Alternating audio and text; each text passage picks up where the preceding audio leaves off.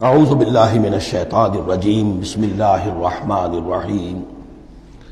سورہ مائدہ کا یہ 7واں رکوع جو اب ہم پڑھنے لگے ہیں اور جو حسن اتفاق سے 7 ہی آیات پر مشتمل ہے، یہ بھی قرآن حکیم کے بہت اہم مقامات میں سے ہے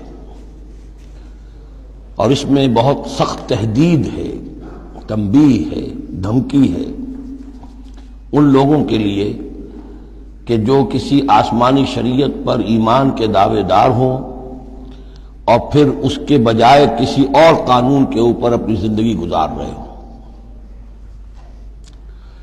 قرآن حکیم میں عام طور پر، جیسا کہ میں مختلف مواقع پر نوٹ بھی کراتا رہا ہوں، طویل صورتوں میں کہیں تو 3 آیتوں کے چھوٹے گروپ آپ کو ملیں گے جو بہت جامع ہیں، جیسے سورہ آل عمران کی آیات 102، 103، 104 نہایت جامع۔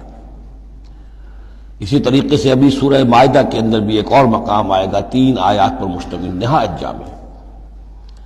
کہیں کہیں 7 آیتوں پر مشتمل مقامات ہوتے ہیں جو بہت جامع ہیں، جیسے 7 آیتیں سورہ بقرہ کے 5ویں رکوع کی کہ بنی اسرائیل سے خطاب میں جو ابتدائی انداز تھا دعوت کا، اس کے ضمن میں وہ بمنزلہ فاتحہ ہے۔ اسی طرح یہ مسلمان امتوں کے ضمن میں قانون شریعت کی تنفیذ اور اس کی جو اہمیت ہے، اور اگر اس پر عمل نہ کیا جائے تو اس کا اللہ تعالیٰ کی نگاہ میں کیا مقام ہے، اس مسئلے پر یہ اہم ترین مقام ہے۔ یہ اس کا یوں سمجھیے کہ ذروۂ سنام ہے۔ انا انزلنا التوراۃ، ہم نے ہی نازل فرمائی تھی تورات، فیہا ھدی و نور، اس میں ہدایت بھی تھی، نور بھی تھا۔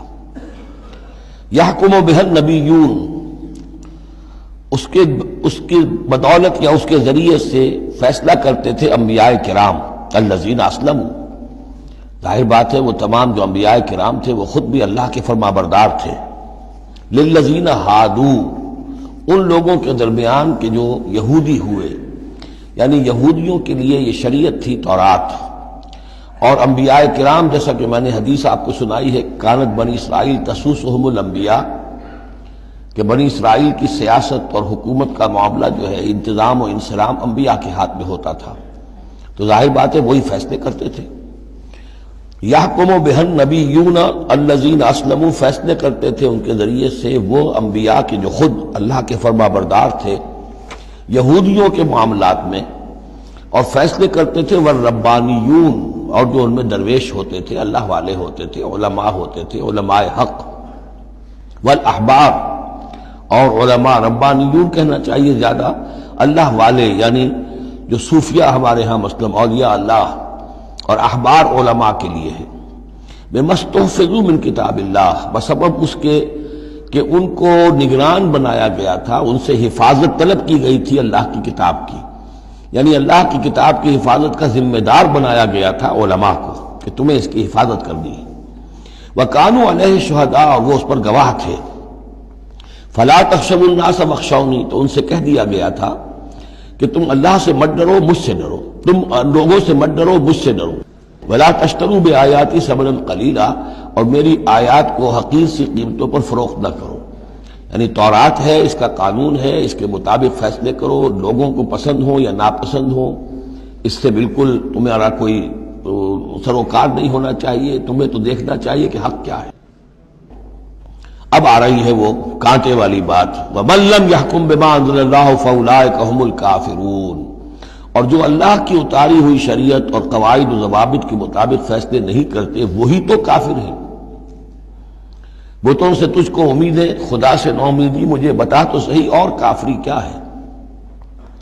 وَكَتَبْنَا عَلَيْهِمْ، اور ہم نے لکھ دیا تھا ان کے ذمے، واجب کر دیا تھا ان پر، فیہا، اس کتاب میں، تورات میں، ان نفس بالنفس، کہ جان کے بدلے جان ہوگی، والعین بالعین، آنکھ کے بدلے آنکھ، والانف بالانف، ناک کے بدلے ناک، والاذن بالاذن، کان کے بدلے کان، والسن بالسن، دانت کے بدلے دانت، والجروح قصاص، اسی طریقے سے زخموں کا بدلہ بھی ہوگا برابر کا۔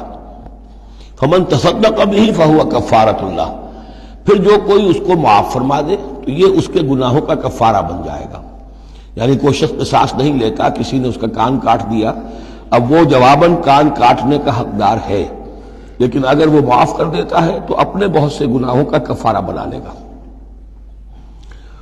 یا یہ کہ وہ شخص جس نے جرم کیا تھا جب اسے معاف کر دیا گیا تو پھر اس کے ذمے سے گناہ جو ہے وہ دھل گیا. وَمَن لَّمْ يَحْكُم بِمَا أَنزَلَ اللَّهُ فَأُولَٰئِكَ هُمُ الظَّالِمُونَ. اب دوسری مرتبہ دہرا کر بات آئی، اور جو فیصلہ نہیں کرتے اللہ کی اتاری ہوئی شریعت کے مطابق تو وہی تو ظالم ہے. اور ظالم یہاں بمعنی مشرک. ان الشرک لظلم عظیم. ایک قانون اللہ کا ہے، ایک قانون انسانوں کا ہے، ایک رواج کا ہے، ایک رومن لا ہے، ایک فلاں ہے، ایک پاکستانی قانون ہے. اب آپ فیصلے کس کے تحت کر رہے ہیں؟ اللہ کے قانون کے تحت یا کسی اور کے تحت؟ گویا کہ اب آپ نے اللہ کے قانون کے ساتھ ساتھ کسی اور کے قانون کو مان لیا، یہی شرک ہے. صدق اللہ العظیم.